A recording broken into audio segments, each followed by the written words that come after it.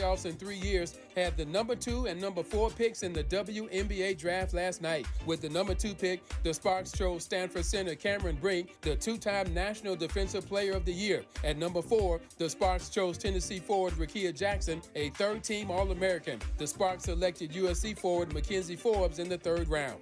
No debates, no speculation, just the info you need. That's your KBLA Sports Minute. I'm Ray Richardson. More news, opinions, and conversation when we come forward on KBLA Talk 1580. KBLA Talk 1580. We've got a lot to talk about.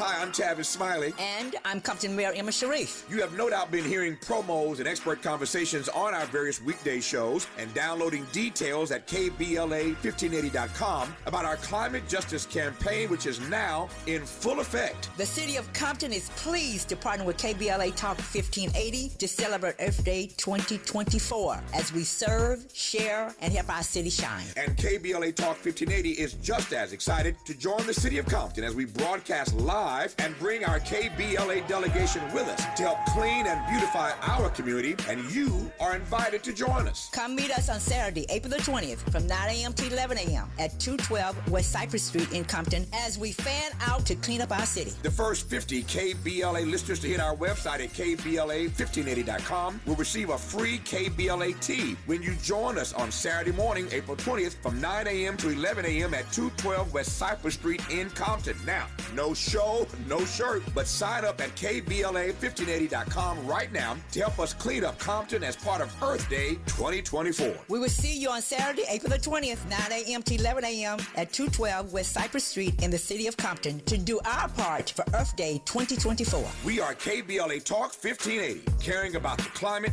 caring about the community, cleaning up Compton.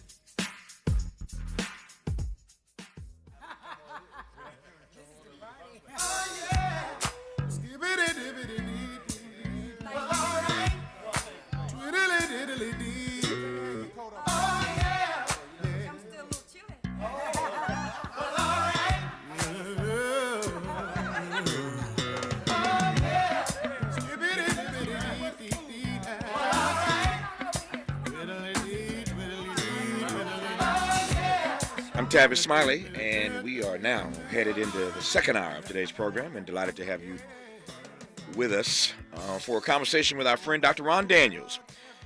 He is back for the hour with some updates on reparations and the movement there. Of course, we sit in California, I do, where we are making some progress, if I can put that, I'm putting that in air quotes. I think it's progress. We shall see, but the nation is watching us here in California to see what we're going to do on this issue of reparations. We'll talk about that. We will talk about, in this hour, the historic campaign of Jesse Jackson in 1984. Hard to believe it's been 40 years, but 40 years since that historic campaign of Jesse Jackson in his race for the White House. We'll get his reflections and thoughts on that 4 decades later. But I want to start our conversation talking about Haiti. Remember Haiti? and all the drama that's happening on that tiny island nation. I say that in part because the news cycle is interesting. We've been spending so much time, obviously, as we should, of late, talking about Israel and Hamas. We, of course, are talking about Russia and Ukraine. We are certainly talking about the Trump trials, plural, but certainly the one that's ongoing right now in New York City. And in the midst of all that, sometimes we take our eye off the ball and we lose sight of things that we ought to be tracking. Thankfully, there are people, when the rest of us are focusing on other things, who are tracking these other issues that matter just as much, and that's why you talk to a guy like Ron Daniels. Dr. Ron Daniels, how are you today, sir? Well, I'm blessed, stressed, and blessed. I'm stressed and stretched, but blessed, my brother, to be with you. And when I listened to the station, I said, oh, my goodness, Black Talk Radio still matters. I know social media is important and all that good stuff, but to listen to how you rocking and rolling with KBLA and the Black Information Network, it just soothes my soul, and want to congratulate you on, continue to push forward and with your dream and your vision. And it's really, really wonderful, my brother. So, we do what we have to do, and so I'm saying, it is stressful. I'm stretched out, but I am blessed. Yeah. I'm blessed to be able to have the experience and longevity and, and relationships to live a life that matters. Yep. You said it, so I'm going to follow you. Let me start by saying thank you, first of all, for those kind words. It means a great deal to me, particularly coming from one of your stature and of your substance.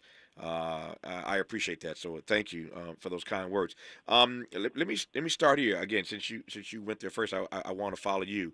And this is a question that I've asked in a variety of ways. Oftentimes, this comes up at the end of conversations after I've heard the thesis of whoever the guest may be in that particular hour. But I want to ask you this question on the front side, not the back side, given what you've already said about being blessed, but also stressed about your longevity. You're now, 81, 82 years of age now. You've lived a long life. You've seen a lot. You're still on the front lines of this struggle. And I'm curious as to how, in this particular moment, you are sustaining your hope. Well, I sustain my hope because I've always been optimistic and hopeful. It's like Reverend Jesse Jackson says, keep hope alive. But that's an interesting slogan, because if you don't have hope, people are hopeless people are not a people who struggle. I mean, when people are down and out and they don't have hope, they don't struggle. And I'm sure like you, I'm just inspired by my ancestors. That has always been what drives me. And quite frankly, I see this as a calling. I'm not a minister. I'm not I don't have that kind of calling, though in a sense it's a kind of layperson's calling, and it's rooted in my life in Pittsburgh, Pennsylvania, when my mother was, struggling as a single mom to raise, 4 children in August Wilson's Hill District. And, it was tough, man. And I looked up in the sky one night and said, look, people ought not to live like this. And ever since that, I really believe this is a calling. So when I say I'm stressed, it's difficult, but I'm blessed. And I relish what I do, because I think that the work that we put in, really does, have impact and matter. The other thing is, yes, I'll be in a week from this coming Friday. I will be celebrating my 82nd birthday. I'm vigorous. I'm strong. Got some aches and pains and so forth and so on. But I don't really feel no ways tired, to be honest about it. There you go. And the other thing is, I have to think about the fact that there are so many of our soldiers who've gone on, and I'm standing in for them. I'm still blessed. Damu Smith is gone. Ron Walters is gone. Sharshi McIntyre. There's so many people. Dr. James Turner. These are people that I've worked with. And so I feel I am representing them. And as long as I'm standing and healthy and whatever, I'll keep on keeping on. We are working on cross-generational transfer of leadership, as we must, because we know there's, we're not immortal. We will be making our ascension into the ancestor realm. But I don't wake up feeling like I'm tired or I'm finished. I still think I have something to contribute. Well, indeed you do, and you're going to contribute for the rest of this hour, because I've got questions for you about a number of issues. We will talk about Haiti, of course, when we come forward. But I want to probe just a little bit more. I've known Dr. Ron Daniels for a long time, and I've never actually probed this, but I want to now. And that is a bit more about his growing up in Pittsburgh. He went there before I could even get there. You mentioned Pittsburgh, you have to mention August Wilson. I can't. Those two things just go together. If you mention Pittsburgh, you must mention the name of the greatest black playwright ever, August Wilson. But I'm curious to get more of the backstory of his growing up in Pittsburgh in that Hill District during that particular era. And then we'll jump from there for the rest of the hour. Our guest is Dr. Ron Daniels. You're listening to him right now, and I'm glad about it, on Tavis Smiley. You're listening to Tavis Smiley. Tavis Smiley. Ranked number 45 on the Heavy 100 list of the 100 most important radio talk show hosts in America. Hey y'all, Mona Swain here from Target's new YouTube series, My Cart is Full, where we feature Black founders and creators highlighting their connection to our community. As an actor and content creator, I love using my voice to inspire young Black women who look like me. When it comes to feeding my shine, seeing myself reflected in Black-owned and founded products at Target brings me joy. Together, we are Black Beyond Measure. Learn more at target.com/Black Beyond Measure.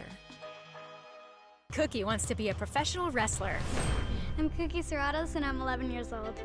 She also wants to win all the medals. That's why Cookie and her family make every day count, squeezing out her best with Go-Go Squeeze. Okay, Cookie, let's break for a Go-Go Squeeze. Go-Go Squeeze Fruit on the Go pouches are a nutritious snack made from 100% fruit with no sugar added. Call Cookie! Because when you nurture your kids, you squeeze out the best in them. Squeeze out the best with Go-Go Squeeze. Not a low-calorie food. Products range from 11 to 13 grams of sugar and 60 to 70 calories per serving. Fight climate change. This Earth Day, April 22nd, go Metro and ride for free. You'll make a difference. Metro buses run on clean energy, making every day Earth Day. Together, we can clear the air and connect our communities. Start your journey at metro.net. Hi, I'm Henry Winkler. My eyes are very important to me. My eyes connect me with everything I love. I loved my late father-in-law dearly. He always lit up a room, but his vision dimmed with age. He had age-related macular degeneration, or AMD. And since partnering with Apellis, I've learned there's an advanced form of dry AMD called geographic atrophy, or GA. His struggle with vision loss made me want to help others know about GA's warning signs. For some, colors appear dull or washed out. For others, hazy or blurred vision make it hard to see details, like fine print on price tags. Many have trouble seeing in the dark, making driving at night difficult. GA gets worse over time and cannot be reversed.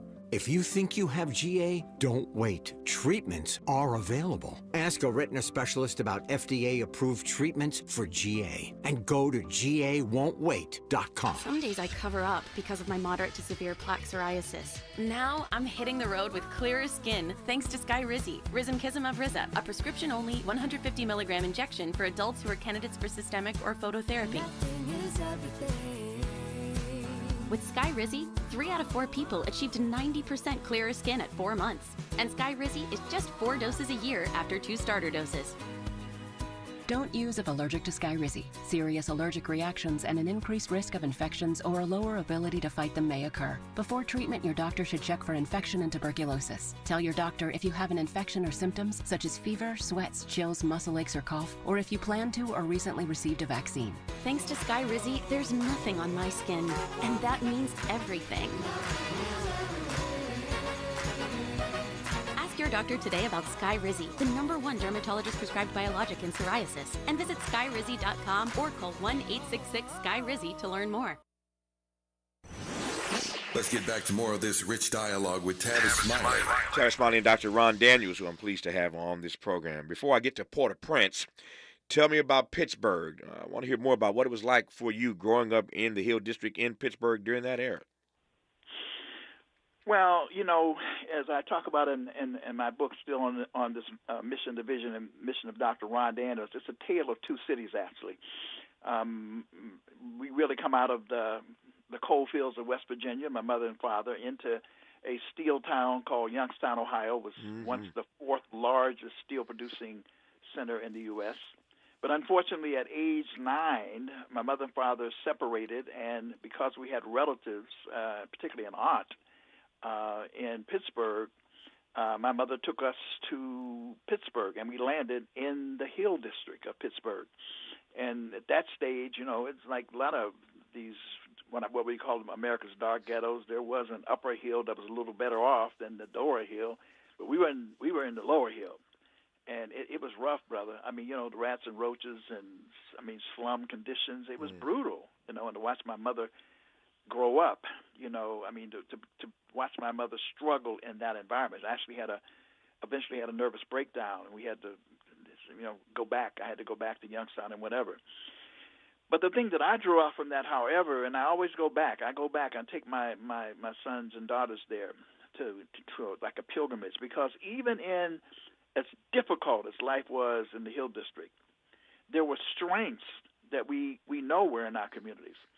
There were no motherless children, no fatherless children, because it did not matter whether the next door neighbor was doing numbers running, was selling booze or whatever the deal was. I mean, they all looked after the children in the neighborhood. There was a Hill City. There was a community center. There were several of them, actually, where we could actually go and get some nurturing and you know, it was rough, man. It was difficult. But there were these spaces that cared for us in the neighborhood. And there were teachers. I remember the teachers who just grabbed us and tried to stimulate and move us forward and whatever. And so even though it was a very, very difficult climate and we lived in poverty, if you will, there were strengths that I reflect on in these neighborhoods and these communities that we kind of miss now because we don't, in many instances, have that same kind of connectivity, if you will. So, it was out of that environment. I took the strengths of a hill city. I took the strengths of having been baptized at age 12, the youngest delegate to the YP convention in Philadelphia at age 12 and whatever, and got connected with a brother who was in the Marine Corps, came back, and he wanted to give back, created something called a Cadet Corps. I was drawn to it, took that same concept to Youngstown, Ohio, built an organization that began to show my leadership. I mean, it's just an incredible story, that comes out of these two cities that I grew in and hone the skills that I developed over the years. So in that sense, really, when I think about it, I think about these experiences as why I have to do what I have to do. And I don't ask anybody else to work as hard as I work or to sacrifice or commit, as Ralph Featherstone would say, the way I do. I don't indict people at that level. But this is my calling, and it's rooted in these kinds of experiences, and both in Pittsburgh and Youngstown. And by the way, I get the same kind of thing. I've not been lately, but for almost 20-something years, I went to Selma every year to cross that bridge. Because when I cross that bridge, I can feel the ancestors in terms of and the experience of what they had. So that's what drives me in terms of the work. All these years later, I hope I can ask you this, and if I'm getting too dicey, or if I'm getting too close, you tell me and I'll back up. But since you raised it, I want to just kind of probe it just for a moment here.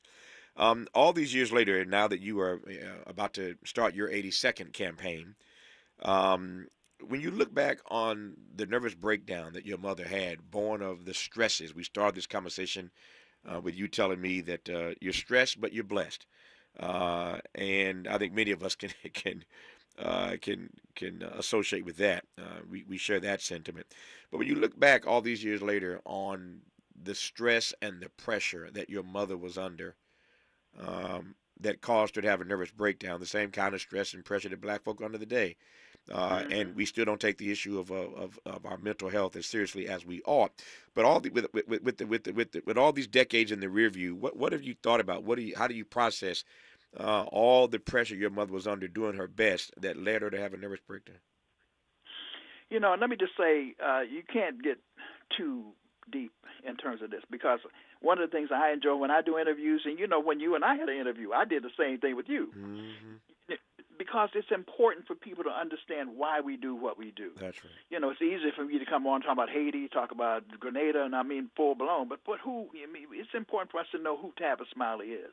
And I always, my most favorable and gratifying interviews are when I have these kind of conversations. And inevitably, a lot of times, like, we've known each other for a while, but we don't know all that we need to know. That's right. So the thing that I've been pleased about in terms of the way my own mind works, is I've been able to look at those experiences in terms of the context of them. So really what you're talking about, again, my mother, like so many black women, I mean, she was a proud woman, and again, my mother and father both had strength. But my mother, she was not getting enough child support. But she refused to, she just wanted to struggle and get it done, right? And so that talks about the nature of the system that we work under.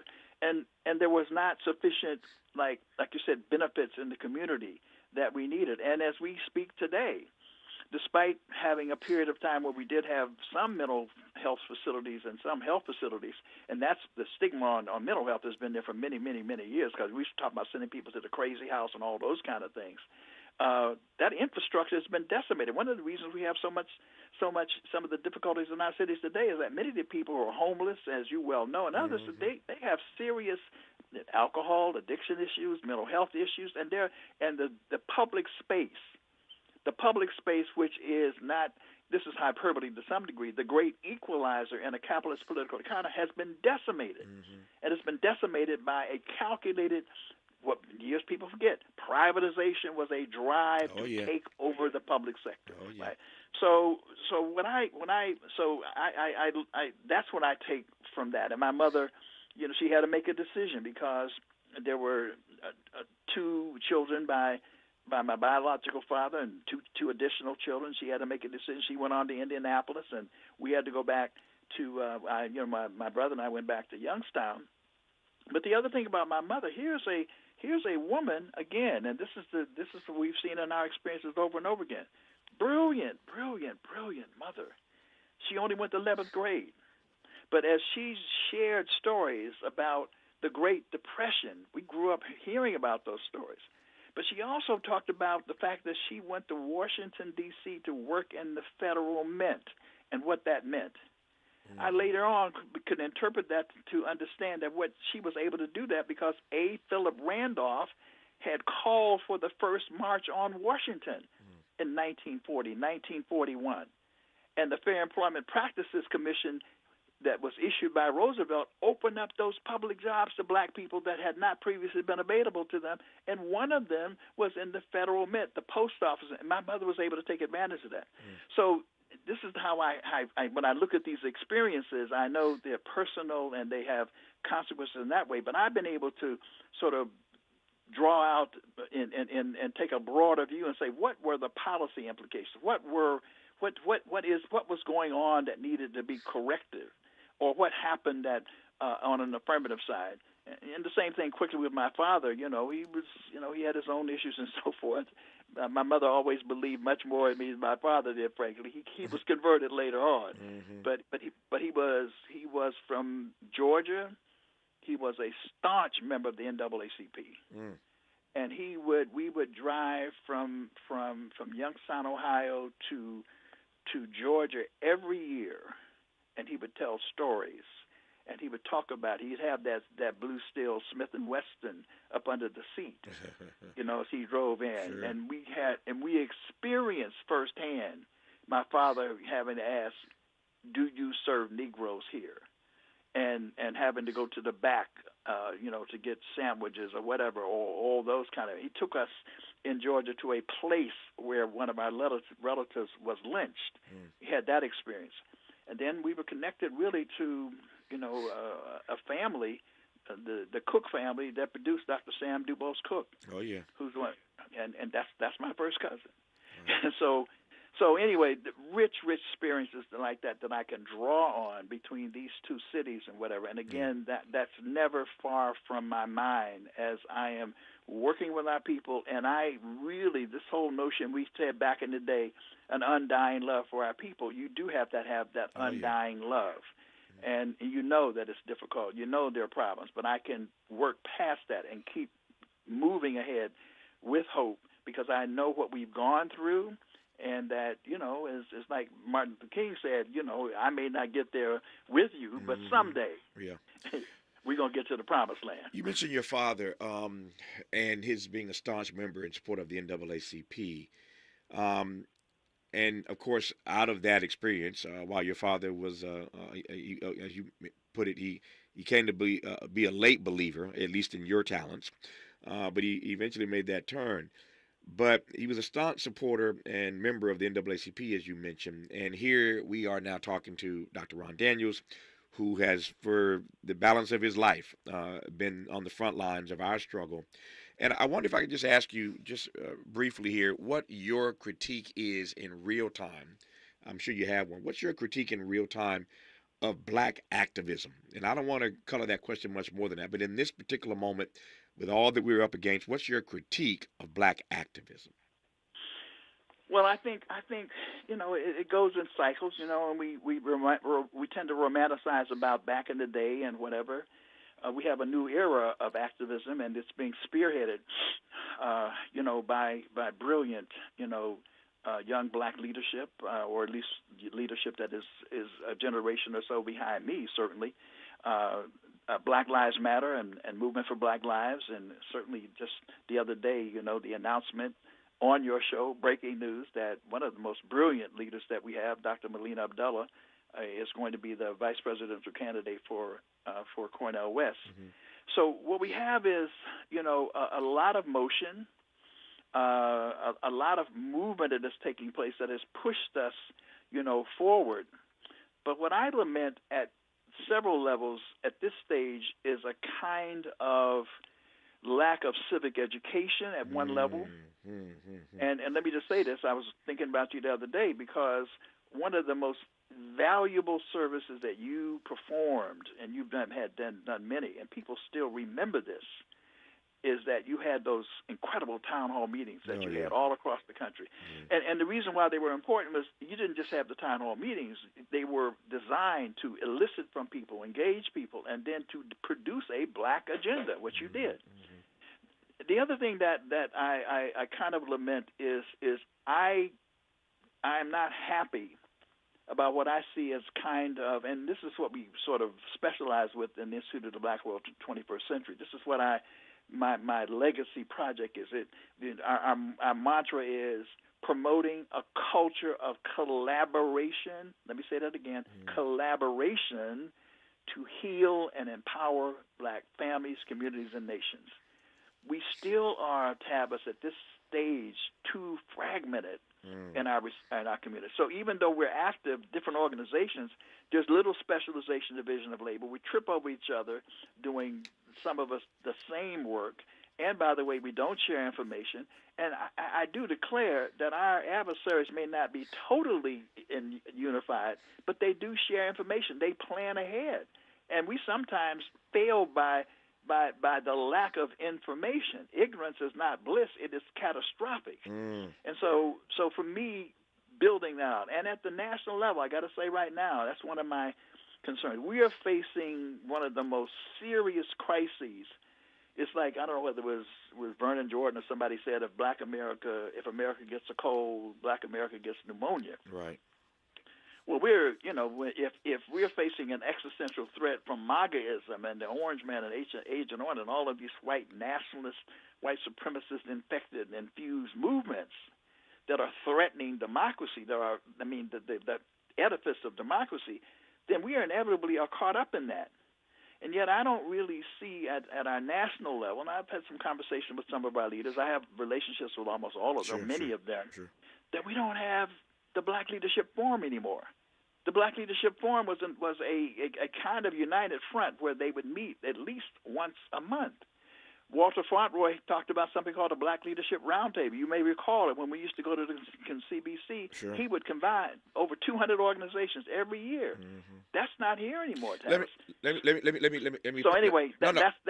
Let me cut you. No, you're doing fine. I want to pause for a second up against the clock here. When we come forward, though, I want to really this is getting good, as we say around here. I want to probe at least two of these laments that you've just laid out a little more deeply. The lament of civic education or the lack thereof, and the lament of a lack of collaboration amongst black people and certainly black leadership. There's something there that I want to interrogate when we come forward. And we ain't got to Haiti yet. You never know how these conversations are going to go. I just go with the flow. You're listening to Tavis Smiley. Seeking the truth. Speaking the truth. This is the Tavis Smiley Show. Paid for by government.com. Did you know? The United States Mint has issued a new Morgan silver dollar coin in proof condition for the first time. Not only that, they are also minted in 99.9% pure silver for the first time ever in history. Coin experts are calling this an amazing opportunity for anyone that knows the enduring popularity of Morgans. But you must hurry. Only 400,000 of these legal tender silver dollars were issued. These first ever Morgan silver dollars are brand new with stunning mirror-like finish, minted by the iconic San Francisco Mint. Call now and you're guaranteed a new first ever 99.9% pure silver proof Morgan dollar. To learn more, call 1-800-973-9717. If you order now, you will receive a free coin collector bonus pack, a $25 value, free with every order. Call 1-800-973-9717 now to secure your new Morgan silver dollars before they are gone. That's 1-800-973-9717. Thanks for joining us, everyone. I'm Mike Moore. Now here's the latest from the Black Information Network. The U.S. Supreme Court is rejecting an appeal by a Black Lives Matter activist who's being sued by an officer injured during a Black Lives Matter protest in Louisiana. DeRay McKesson was leading a protest in Baton Rouge in 2016 following the police killing of a black man when the police officer was hit in the head by a rock thrown by one of the rioters. Monday, the justices declined to hear McKesson's appeal to drop the lawsuit. New users on X, formerly known as Twitter, may need to pay for basic features of the app upon signing up.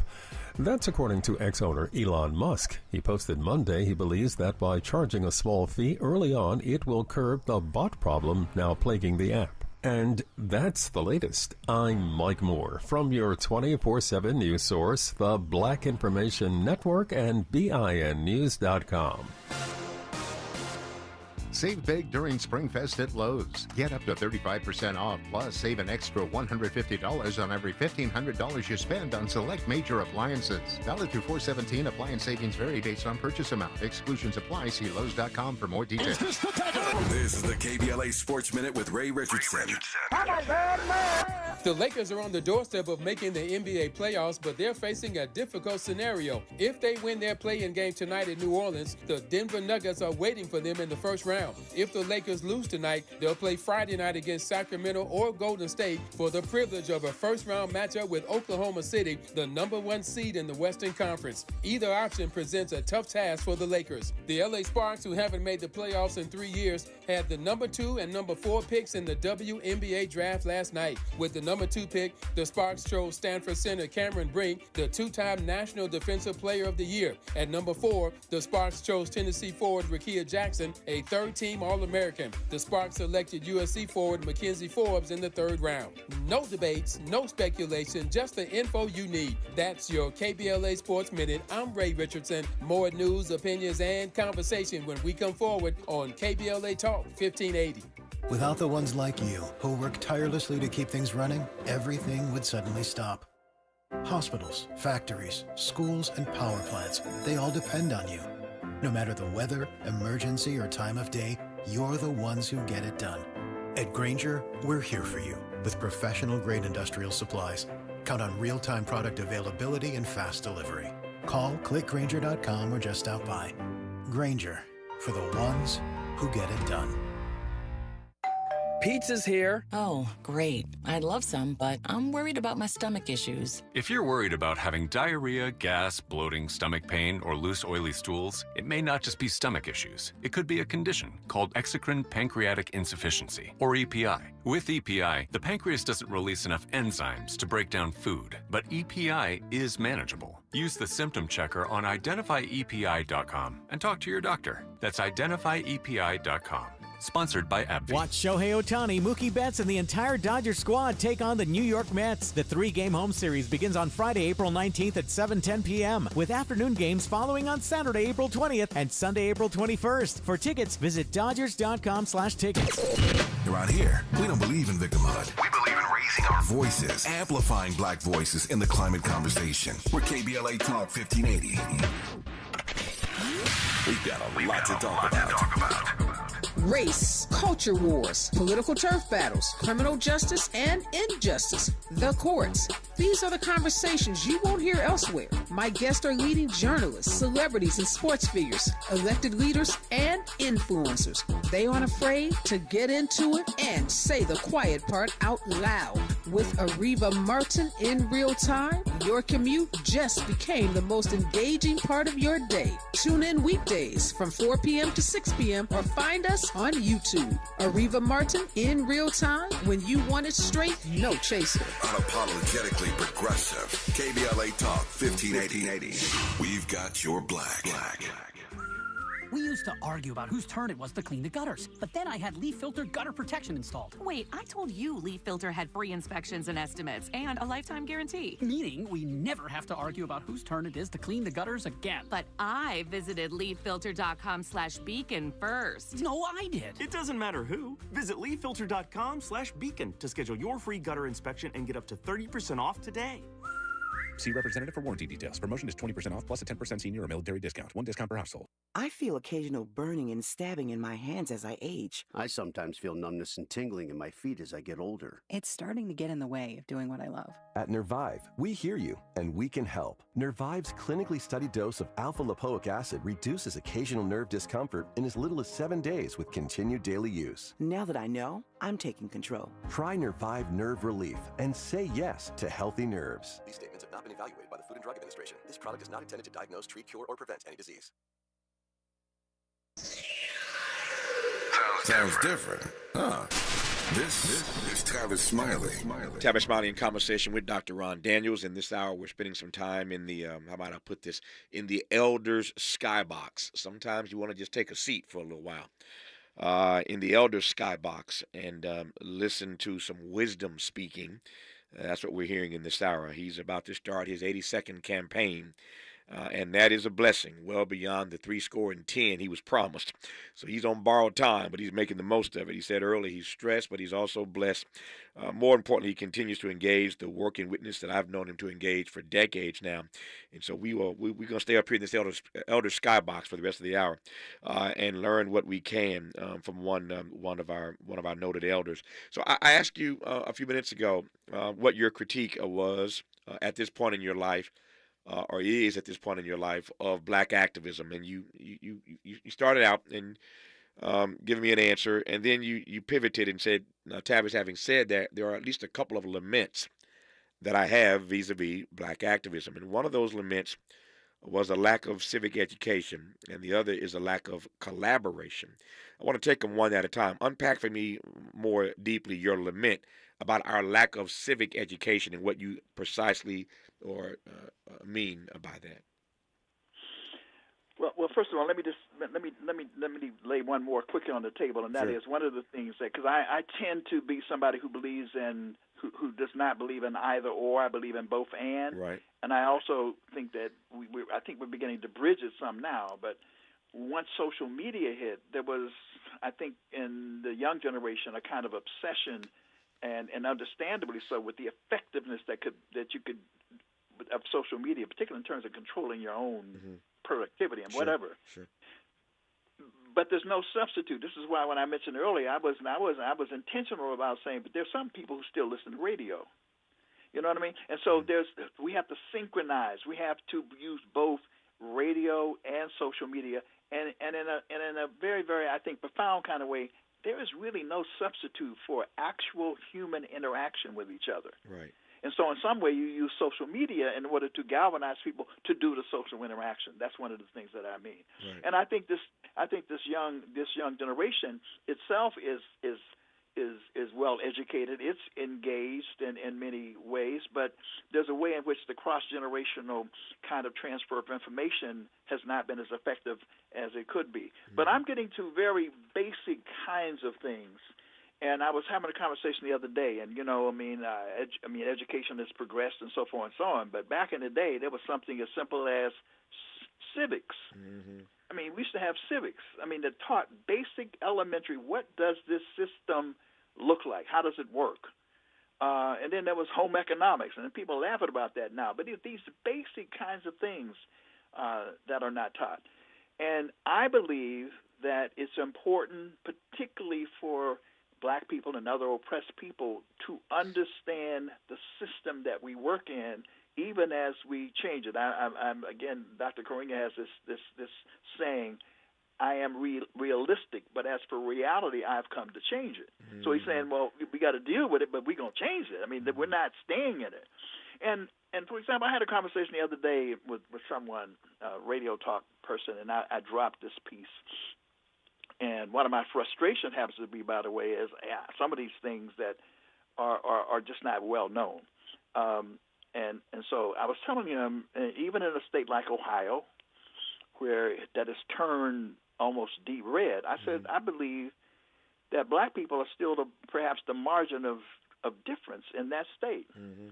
I said, because what a lot of people really do not focus on is that in the United States of America, a large number, I sometimes say the biggest political party is not Democrats, it's not Republicans, it's non-voters. That's a slight overstatement. But as you well know, Tavis, in terms of the total voting age population, in an election that has 55 to 60% of the United States, the people are jumping up and down. Oh, my God, it was a record. Oh, yeah. But if you go to Canada, if you go to England, you go to any European country, that number's 80, 85, 90%. Now, why is that important?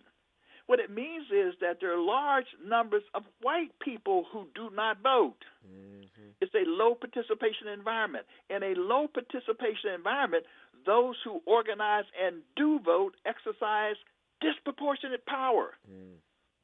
So in a state, and this is why Jesse Jackson, we talking about why we miss him at this level, because here's what did Jesse used to do? People didn't pay a whole lot of attention to it. Walter Frontway did the same thing.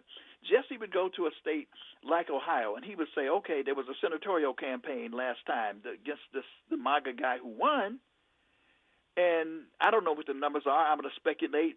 There may have been that a race may have been won by 100,000 votes. Jesse goes to a state like Ohio, and he says, let's look at the number of those who are still not registered in the state of Ohio and those who did not vote. And he'll say, not registered in Ohio is still 300,000, 400,000, 450, 500,000. The margin of difference is in our hands. Now, I'm not going to blame us for that. You see what I'm saying? I'm not saying we were responsible. But the point is, and what happened really when Trump slipped through in 2016, the black vote that dipped just a slight percentage in Milwaukee was the margin of difference. So what does that mean in terms of civic education? It means that we need to collectively, not just me by myself, collectively we ought to be engaging and getting people to understand how this system works and how we can maximize the black vote. I talk about a formula I used to have. It's a crude, I call it a 90-99 formula. It's a bit aspirational, but what if we were able to get 90% of black people registered to vote? And on in any election, get 90% of that 90% to turn out and vote. We would exercise power disproportionate to our numbers. Because let me quickly say this, Tavis. See, what people don't understand is they are befuddled about what happened to the Republican Party.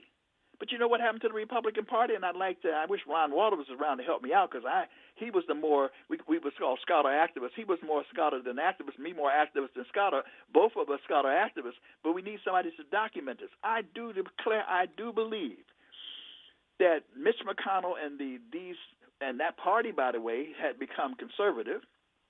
The other day somebody mentioned, we were talking about Jackie Robinson. I thought, Jackie Robinson was a Republican. What? Yeah, Jackie Robinson was a Republican. But he was a Republican. People don't realize that there was once a time when the Republican Party had a liberal wing, a moderate wing, and a conservative wing. It was a more diverse party, and that had implications for what could move forward. But I think in this era, what people heard in the Orange Man, the AKA Agent Orange, white nationalists, grievance-laden white folks. And by the way, we got to deal with their grievance. I'm not dismissing them as human beings. We got to deal with some of those grievances.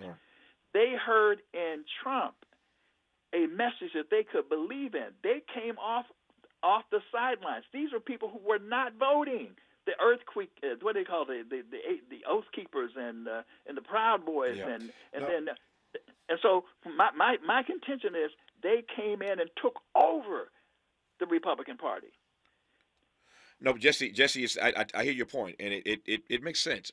Speaking of Jesse Jackson, Jesse said so many brilliant things, but the thing with regard to this conversation that Jesse said repeatedly, you've heard it more than once, I've heard it more than once, is that as black people, we lose far too many elections by the margin of our absence at the polls. That's quintessential Jesse Jackson, that we lose too many elections by the margin of our absence at the polls. That's Jesse Jackson. He is Dr. Ron Daniels. More with him when we come forward on Tavis Smiley. Hope, agency, dignity. This is Tavis Smiley. Can you dig it? Come on!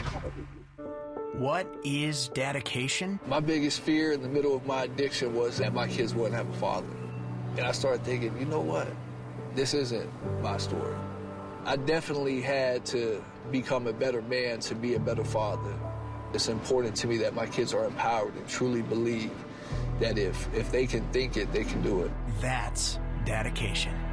Visit fatherhood.gov to hear more. Brought to you by the U.S. Department of Health and Human Services and the Ad Council. Joey from Vermont, a farmer trying to get through the winter. Adriana from South Carolina, a single mother living paycheck to paycheck. Liam from Ohio, an injured father struggling to provide for his family.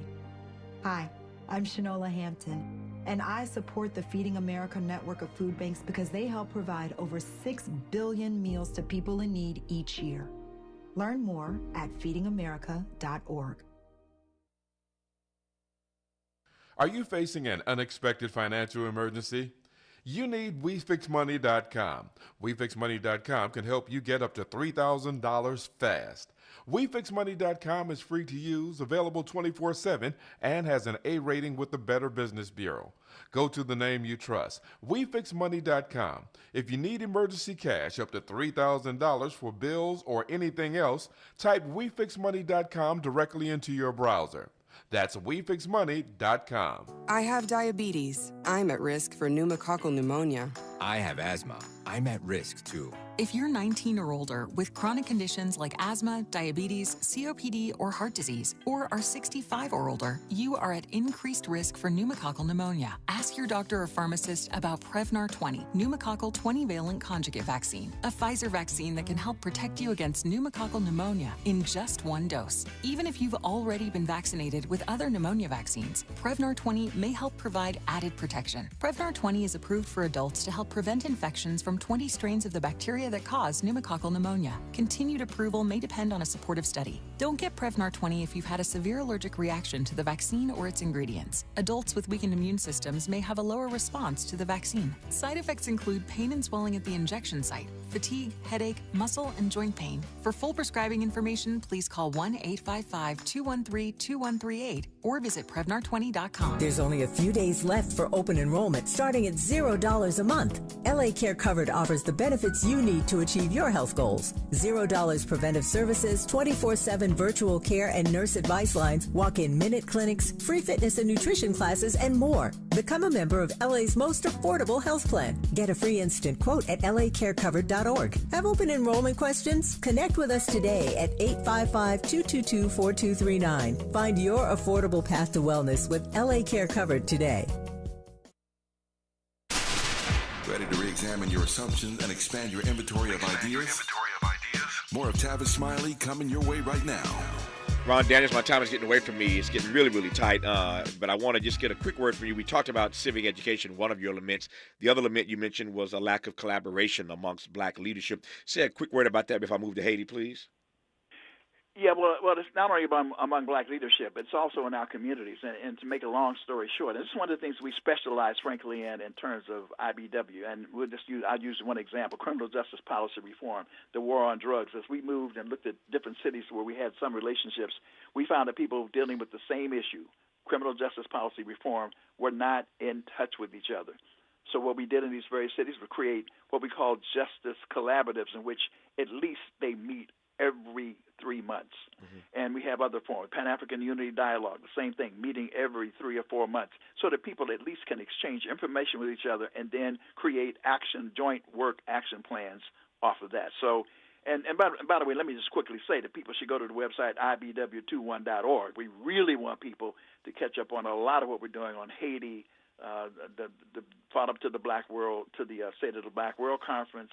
We're on our way to Grenada with a major delegation, and all of the work that we're doing in Haiti, a tremendous amount of work on Haiti that we're doing. And let me just quickly say that we should all be up on Haiti as the world's first black republic, not in a sentimental way, but because when you go back historically, Haiti gave us back our dignity when we were on our knees. Because Haiti came to power. It is the only revolution, the Haitian Revolution, where it enslaved people overthrew their slave masters to create an independent nation.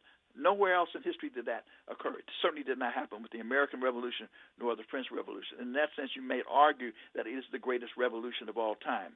The problem is stigmatized, marginalized, because it was not supposed to happen. They had just put out that it's, if you're white, you're all right, yellow, mellow, brown, stick around, and black, get back. Now, they shattered the myth of white supremacy. And so they've been punished ever since. And so in this most immediate crisis, and you talked about it, keeping your eyes on the prize. I first started doing work in Haiti in 1995. I've been doing work there for now 29 years. Have literally taken hundreds of people to Haiti and have deep relationships there. This crisis did not just start when you saw it explode in the news. That's right. Dr. Karinga comes to and has been presented at our Pan-African Unity Day. We've been monitoring it for a while. And the bottom line is the United States government, in this instance, refused to get rid of or to withdraw its support from an illegitimate prime minister, and that ended up in the situation exploding in the way that it is now. But the reason why we're pushing hard on it now, and I'm telling you at the highest levels we're dealing with this, there is a very promising movement, and Dr. Karinga has had a forum. They came out and they presented to him, at least virtually. It's called the Montana Accord Movement. Why is it so important? Because it has pulled together, for the first time, in my experience, a vast majority of the Haitian leadership, civic organizations together to put forth a plan and a process. And one of the things they're dealing with, they don't want to deal with these fake elections where, you have 15% of the people get elected and I'll come out to vote, and 51% of that becomes the thing. They have a plan and a process that's very powerful. We're supporting that plan and that process. There is some progress now being made, but this is not going to be a short-term process. This is going to be over years, and we invite people to work with us to help resolve it. Our remaining moments, Dr. Ron Daniels, when we come forward on Tavis Smiley. What's your quarrel with the world? You're listening to Tavis Smiley. If you're like me, 60 and retired, making ends meet, especially here at the supermarket and drugstore, is tough. I'm so blessed to have found benefitscheckup.org. It's a free and confidential website from the National Council on Aging that connected me to $1,200 a year in programs that help pay for food, medicine, utilities, and more. Maybe it can help you. benefitscheckup.org. My daughter was diagnosed with a rare malignant rhabdoid tumor on the spine. They sent her straight to St. Jude. My hope was gone. But when you get there, everyone's like, hey, we're not going to give up. And when you see other people not giving up on your child, that makes all the difference in the world. When I found out I didn't have to pay, I was just grateful they saved my baby's life. Finding cures, saving children. Learn more at stjude.org. KBLA Talk 1580. We've got a lot to talk about. KBLA Talk 1580 believes in community empowerment through the arts. Tia Chucha Central Cultural is on a mission to transform community in the Northeast San Fernando Valley and beyond through ancestral knowledge, the arts, literacy, and creative engagement. The Northeast San Fernando Valley has a population of about 500,000, the size of the city of Oakland, yet it has no bookstores, art galleries, or full-fledged cultural spaces until Tia Chuchas opened its doors in 2001. Founded by renowned poet and activist Luis Rodriguez, Tia Chuchas Cultural Center provides a year-round free or low-cost arts and literacy bilingual intergenerational programming in mural painting, music, dance, writing, visual arts, healing art sessions, and healing talking circles. Activities also include Mexica, Aztec dance, indigenous cosmology, philosophy, and 2 weekly open mic nights, one in Spanish, the other in English. In addition, they host author readings, film screenings, and art exhibits. To express yourself, heal yourself, attend an event, or volunteer, please visit www.tiachucha.org. That's TIACHUCHA.org. This is a community call to action from KBLA Talk 1580. That was another way. I would smoke once an hour. That didn't work either. All that would happen at some point of the day, I would end up doubling up. Other ways that I tried to quit was I stopped buying cigarettes totally. But if I took 3 puffs off of 15 friends, those didn't count because they weren't my cigarettes and they weren't full cigarettes. I went through a lot. Every attempt is part of your story to quit for good. Visit Kick It California today at kickitca.org. Who do you trust to get at the truth? Tavis Smiley. That's who. The conversation continues right now.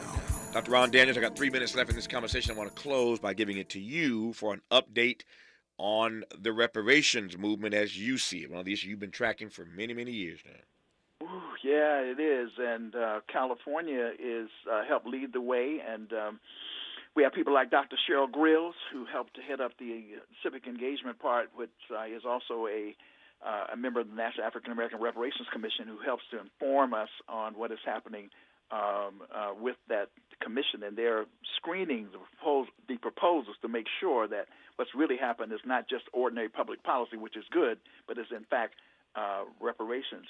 The other thing is I've also been appointed to the New York Reparations Commission. In fact, I've got a Zoom call coming up in a couple of hours with people throughout the region to talk about that development, because one of the important things that's happening is, without question, is that reparations, as my dear beloved sister Nkechi Taibu would say, is on fire. It is moving across the country. Evanston is continuing to develop. That is a project that was certified by the National African American Reparations Commission. Our big challenge right now is at the federal level, which is the major piece, and it is stalled despite having made huge progress in terms of getting co-sponsors and all kinds of efforts that have come. We're pushing Biden to have what we're calling an Emancipation Proclamation moment, and that is to create the H.R. 40 Commission that will study and develop reparations proposals. Not just study, but develop reparations proposals by executive order. He has yet to do that. That is the main target that we're pushing, is to get that over the finish line, we hope, by Juneteenth. And on the global level, by the way, this movement is exploding all over the world. CARICOM Reparations Commission is moving forward. Ghana has now stepped up under President Adu to provide some global leadership on this question. So as Professor Hilary Beckles has had, and you should get him on sometime, this is the leading public intellectual dealing with reparations. We can certainly help to hook that up. He has said that reparations will be the human rights issue of the 21st century, and it is proving to do so. And so if you want to follow the work of the National African American Reparations Commission, again, you can go to the website ibw21.org, ibw21.org. Really encourage your audience to do that because that's one of the ways that we can keep people informed, even beyond this incredible interview, for which I profoundly thank you and have enjoyed thoroughly. Dr. Ron Daniels, you're always welcome here, sir. I said earlier that we were going to spend some time in this hour in the Elder Skybox, and we are all the better for it. About to start his 82nd campaign, but still on fire for justice, as you can tell, the IBW's Dr. Ron Daniels. Doc, good to have you on. I'll talk again soon, my friend. All the best to you, sir. Appreciate it. Good to have you with us in this hour. In our final hour, we're going to talk about Black Composers, an amazing project I want to enlighten you about. So stick around for this last hour of Tavis Smiley.